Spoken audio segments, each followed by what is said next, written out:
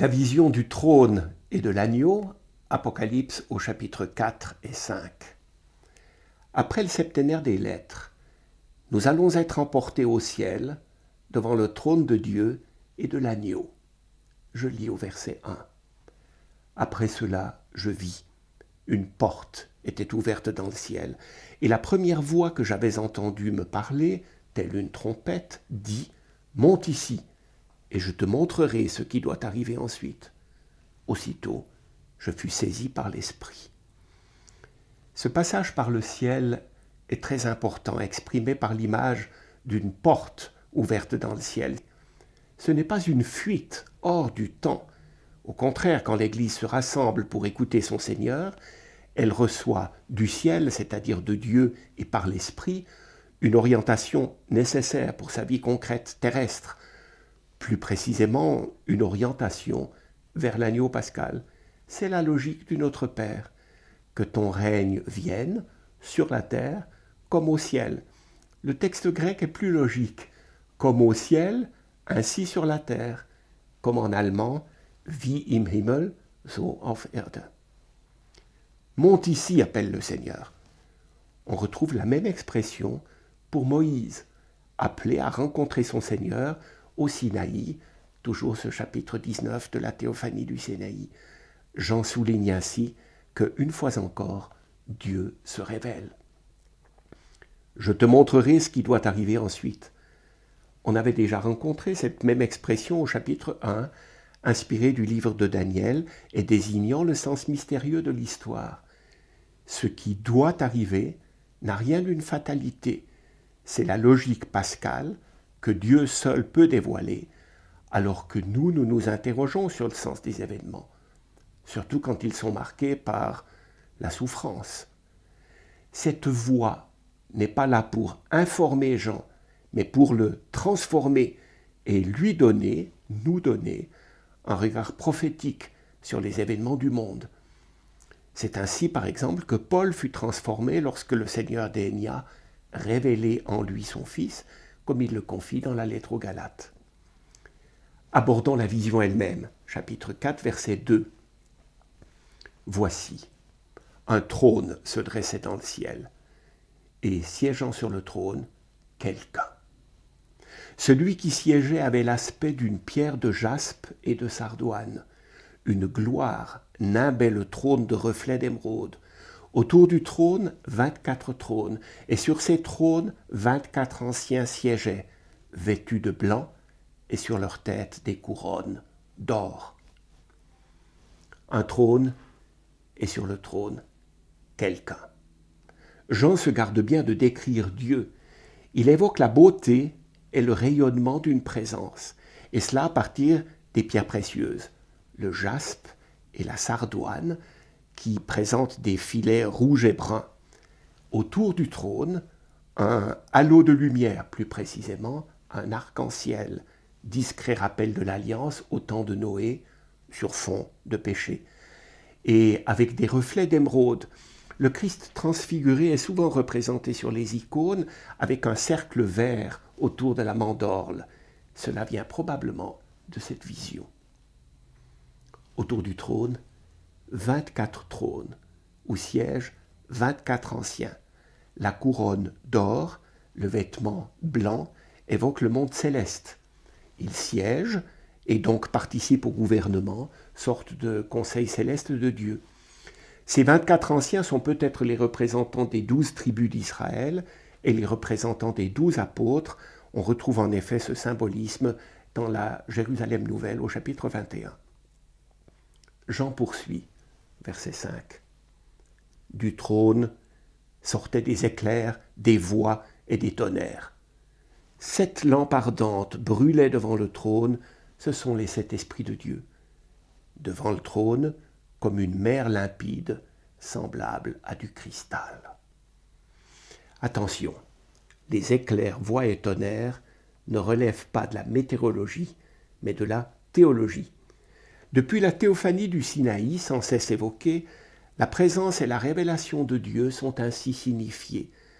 On les retrouvera à l'ouverture du 7e sceau, à la voix de la 7e trompette, à la 7e coupe chaque fois des scènes de jugement. Les pouvoirs d'ici-bas seront jugés par le règne de Dieu, et le chapitre 5 ajoutera, et par l'agneau. Un mot encore sur ce trône de Dieu. Devant lui, les 7 esprits de Dieu, plénitude de son esprit, comme nous l'avons déjà vu. Et puis, une mer limpide, semblable à du cristal. Alors que dans le monde sémitique, les monstres sortent de la mer, qui est un milieu inquiétant et dangereux. Ici, la mer est calme, limpide, et Dieu est au-delà. Il faut se reporter à la cosmologie des anciens. Le monde est comme surmonté d'une voûte semblable à du cristal, sorte de cloche à fromage, avec des trous pour la pluie et en sous-sol des colonnes pour supporter le tout. Dieu domine les eaux. Rappelez-vous le psaume 29. Prosternez-vous devant le Seigneur quand éclate sa sainteté. La voix du Seigneur domine les eaux. Le Dieu de gloire fait gronder le tonnerre. Le Seigneur domine les grandes eaux. En revanche, la mer de cristal sera de nouveau évoquée au chapitre 15. Debout sur la mer de cristal mêlée de feu se tiendront les vainqueurs de la bête, qui vont chanter le cantique de Moïse et le cantique de l'agneau, allusion évidente à la victoire pascale de l'ancienne à la nouvelle alliance. Et puis au chapitre 22, on verra un fleuve d'eau vive, limpide comme du cristal, jaillir du trône de Dieu et de l'agneau. Dieu domine les eaux, celles du cosmos, et les eaux tumultueuses de l'histoire. Mais revenons au trône, verset 6. Au milieu du trône et l'entourant, ne cherchez pas à visualiser, 4 animaux couverts Dieu par devant et par derrière. C'est une vision inspirée à la fois du prophète Ézéchiel, chapitre 1 et 2, et de la célèbre théophanie d'Isaïe au chapitre 6, avec les séraphins constellés Dieu. Jean a simplifié le scénario et a gardé les 4 animaux. Verset 7. Le premier animal ressemblait à un lion, le deuxième à un jeune taureau, le troisième avait comme une face humaine, et le quatrième semblait un aigle en plein vol. Ces 4 animaux représentent toute la création. Le lion, roi des animaux sauvages, le taureau, roi des animaux domestiques, l'homme, roi de la création, et finalement l'aigle, roi du ciel. Depuis saint Irénée et surtout saint Jérôme, la tradition latine y a vu les symboles des 4 évangélistes que l'art occidental a aimé représenter. Tout le cosmos, les 4 animaux, toute l'histoire du salut, 12 représentants des tribus d'Israël et 12 représentants des apôtres, sont comme rassemblés en présence de Dieu. Jean termine son évocation par un chant et un cantique. Les animaux entonnent le chant des séraphins en Isaïe, devenu notre Sanctus. Saint, Saint, Saint le Seigneur, le Dieu souverain, celui qui est, qui était et qui vient. Au lieu du Dieu des armées, Yahvé Sabaoth, Jean nomme le Dieu souverain, le Pantocrator, et ajoute celui qui est, qui était et qui vient. Tout le programme de l'Apocalypse. Dieu de la création et de l'histoire. Et c'est alors que les 24 anciens se prosternent et jettent leur couronne devant le trône. On perçoit une note critique dans cette attitude. Dieu seul est le souverain, le tout-puissant. Devant lui, les 24 anciens reconnaissent son pouvoir et s'y soumettent. Au contraire, sur terre ne manquent pas des potentats qui se donnent des airs divins et revendiquent un pouvoir absolu. N'oublions pas qu'à l'époque, l'empereur avait des prétentions divines. Un magnifique cantique termine cette scène.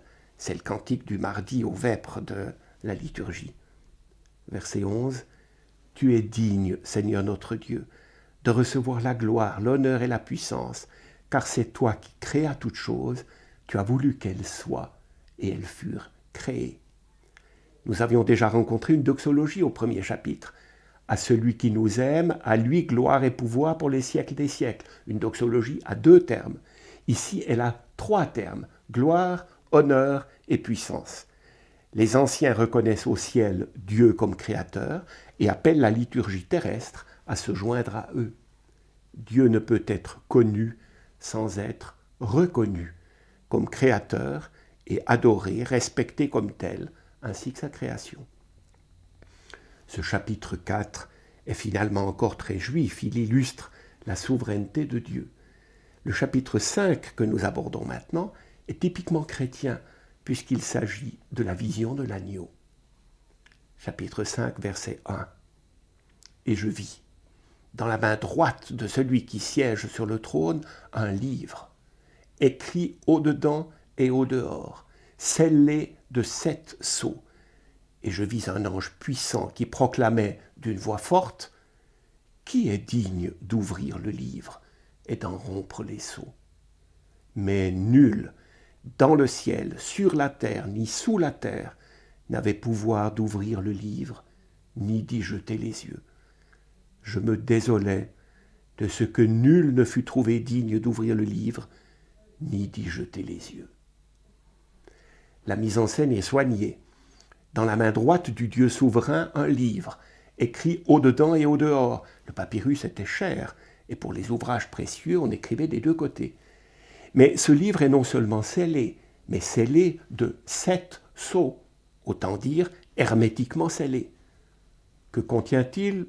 Probablement le sens des jugements de Dieu, de l'histoire du salut, de ce monde créé par Dieu, mais rongé par le mal, comme nous le verrons. La voix forte, à nouveau un signal pour souligner la portée de ce qui va être proclamé, interroge « Qui est digne ?» au sens de qui est habilité à ouvrir ce livre. La réponse est claire, personne. Personne ni dans le ciel, ni sur terre, ni sous terre. On comprend alors le désespoir du voyant qui se désolait beaucoup. Il renvoie à notre désespoir parfois devant les voies de la providence. « Mes voies ne sont pas vos voies, dit le Seigneur. » Désarroi de tous ceux qui se sont épuisés à prier, à demander, à interroger. L'un des anciens lui dit alors qu'il y a quelqu'un qui est à même de rompre les sceaux et de lire. Et c'est le lion de la tribu de Juda, le rejeton de David. Figure messianique connue, attendue avec toute sa force, mentionnée au chapitre 49 de la Genèse, dans les bénédictions de Jacob. Je cite, « Judas, c'est toi que tes frères célébreront. Ta main pèsera sur la nuque de tes ennemis, les fils de ton père se prosterneront devant toi. Tu es un lionceau, ô Judas. Le sceptre ne s'écartera pas de Judas, ni le bâton de commandement d'entre ses pieds, jusqu'à ce que vienne celui auquel il appartient et à qui les peuples doivent obéissance. » Voilà ce que l'Ancien a rappelé à Jean, l'attente du lion de Juda. La suite du récit est surprenante. Verset 6. « Alors je vis, au milieu du trône et des 4 animaux, au milieu des anciens, un agneau se dressait, qui semblait immolé. Le Messie est attendu et espéré comme un lion, avec force et puissance. Et lorsque le voyant ouvre les yeux, il voit un agneau. C'est un coup de tonnerre, un renversement de problématique, et c'est profondément la logique de l'Apocalypse. Cet agneau est debout, signe de résurrection et de victoire, et comme immolé en raison de sa passion. Verset 6, il avait 7 cornes et 7 yeux qui sont les 7 esprits de Dieu envoyés sur toute la terre. J'ai déjà commenté ce verset dans le premier chapitre, à partir de la prophétie de Zacharie, la mission de Dieu rejoignant la terre par son esprit, non par force, mais par amour. Dès que l'agneau s'avance pour prendre le livre, les animaux et les anciens se prosternent devant lui, tenant une harpe et des coupes d'or pleines de parfums, qui sont les prières des saints. Donc la prière de l'Église est montée vers Dieu et vers l'agneau. Un cantique conclut à nouveau cette scène, non plus au titre du Dieu créateur, cette fois, c'est au titre de son immolation que l'agneau est digne de recevoir la louange. Ce cantique est la deuxième partie du cantique que la liturgie catholique chante aux vêpres le mardi. Notons qu'il s'agit d'un cantique nouveau, non pas d'une nouveauté chronologique, mais d'une nouveauté qualitative en rapport avec l'irruption de Dieu dans le monde par le sacrifice de l'agneau, sa mort et sa victoire, et avec toutes les conséquences qui en découlent sur la terre. Verset 9. Tu es digne de recevoir le livre et d'en rompre les sceaux, car tu as été immolé et tu as racheté pour Dieu par ton sang des hommes de toute tribu, langue, peuple et nation. Tu en as fait pour notre Dieu un royaume et des prêtres, et ils régneront sur la terre. À souligner l'universalité et l'accomplissement de la promesse faite déjà au temps de l'Exode, un royaume et des prêtres. Je le répète, non pas un royaume de curés, mais un espace où Dieu est reconnu ainsi que l'agneau et où les hommes apprennent à donner leur vie en sacrifice existentiel. Ils régneront sur la terre est à comprendre dans ce sens. Et la louange des anges enfle et grandit, myriades de myriades et milliers de milliers.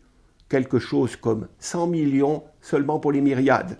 Et il faut y ajouter des milliers qui vont proclamer d'une voix forte, toujours la même expression pour souligner l'importance des mots qui suivent, c'est au verset 12, « Il est digne, l'agneau immolé, de recevoir puissance, richesse, sagesse, force, honneur, gloire et louange. » Cette fois, la doxologie atteint son développement maximal, 7 termes.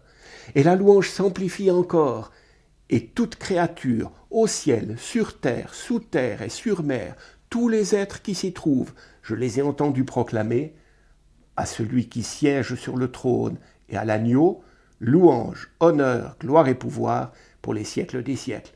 Ici 4 termes pour dire l'universalité, comme les 4 points cardinaux. Et la scène se termine par un solennel « Amen » proféré par les animaux et la prostration des anciens. C'est donc une scène de grande solennité à laquelle nous avons assisté.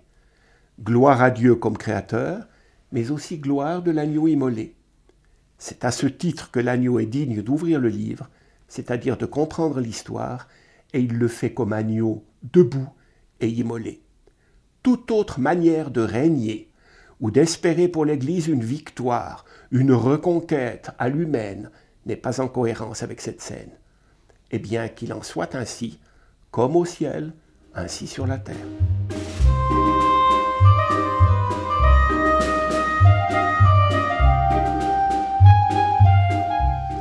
La prochaine fois, nous aborderons les chapitres 6 à 9, le septénaire des sceaux et des trompettes. Risquez-vous déjà à une première lecture.